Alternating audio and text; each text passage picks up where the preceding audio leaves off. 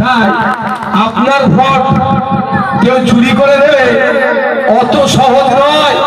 এটা 2021 নয়, 2026। এটা ক্যানিং পূর্ব নয়, পার্টি শাহাবুদ্দিন সিরাজিও নয়। এতটুকু শুধু বলে দিতে চাই। আপনারা ভালোবাসা দিয়ে আমাকে এমন ভাবে ঘিরে রেখেছেন, স্নেহ দিয়ে এমন ভাবে আগলে রেখেছেন, বন্ধুরা আমাকে পাশে এমন ভাবে সাথ দিয়েছে। 42 দিন জেল আমার কাছে 42 মিনিটও ছিল না, 42 সেকেন্ডের মতো মনে হয়েছে। ভাঙন নির্বাচনের জন্য অলরেডি 22 কোম্পানি সেন্ট্রাল ফোর্স এসে গিয়েছে। অর্থাৎ ডিপ্লয়মেন্ট হবে, নির্বাচন ফ্রি অ্যান্ড ফেয়ার। সহজ যদি বলি, সুষ্ঠুভাবে নির্বাচন যাতে হয়, 12 কোম্পানি সেন্ট্রাল ফোর্স, প্রয়োজনে আরো 12 আজকে এই নির্বাচনের প্রাককালে উপস্থিত হয়েছে। ভোট কেমন করে দেবেন না দেবেন কারিগর অনেক কথা বলেছেন, লোকাল থানা এসে মানুষকে আশ্বস্ত করছে, আর করতেও তাদেরকে হবে।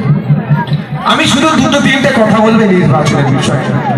দেখুন, কেউ যদি বলে খেতে ফলাতে পারবো না, খামারে ফলাবো, সত্যি যদি তার খামারে ফলানোর ক্ষমতা থাকে, সে কি এটা মুখে বলবে? তাহলে খাবারটাও তো পাহারা দেব। যে পারবে না, উল্টে আমাদের উপরে প্রেশার বিল্ড আপ করার জন্য এই ধরনের কথা বলছে। ভাঙনের মায়েরা, ভাঙনের বাপেরা যারা সুন্দর সবজি ফলাই মাঠে, তারা নিশ্চিতভাবে ওই সবজিতে গরু ছাগলেরা খেয়ে নেয়, তার জন্য আলটা বেড়াটাও ঠিক করে দেয় মাঠে। আমার লাশের উপর এসআইআর হবে বলেছিলেন অভিষেক ব্যানার্জি কোথায়? একজনের বৈধ ভোটারে যদি নাম ডিলিট হয়ে যায়, তাহলে 1 লাখ মানুষ নিয়ে গিয়ে দিল্লিতে আন্দোলন করবে। সব ঘুমিয়ে পড়েছে।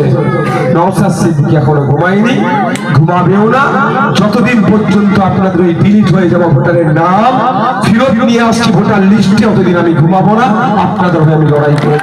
আজ আপনারা খেতে ভালো করে ফলিয়ে দেন, খামারটা রক্ষার দায়িত্ব এইসব বসে আছে, বুঝে নেবে।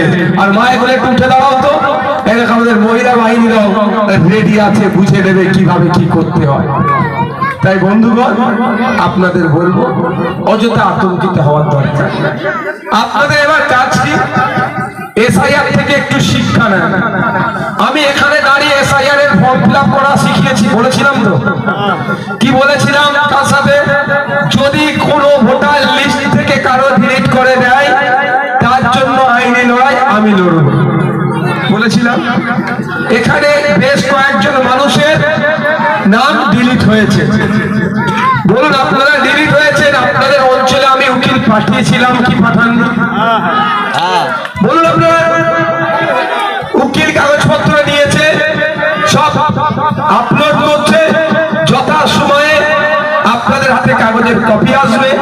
শুধু তাই না, এটাও বলছি, ট্রাইব্যুনালে যদি যেতে হয়, উকিলের যদি প্রয়োজন হয়, নওশাদ সিদ্দিকী এখানে কথা দিয়ে গিয়েছিল, ভাঙনের 1 কেন 1000 মানুষের যদি জন্য আইনের সহায়তা লাগে, বিনামূল্যে আইনি পরিষেবা দেবে। আপনাদের ভোটার লিস্ট যখন ডিলিট হয়েছে, ট্রাইব্যুনালে অ্যাপ্লাই কিভাবে করবেন না করবেন, যখন আতঙ্কে ছিলেন, আমি ভাঙন বিধানসভায় 13টা অঞ্চলে 13টা উকিল পাঠিয়ে আমি আমার পক্ষ থেকে আপনাদের যে কথা বলেছিলাম সে কথা রেখেছি। বিনা পারিশ্রমিকে আপনারা 1 টাকা না খরচ করে আপনারা আইনি সহায়তার প্রথম স্টেপটা পেয়েছে।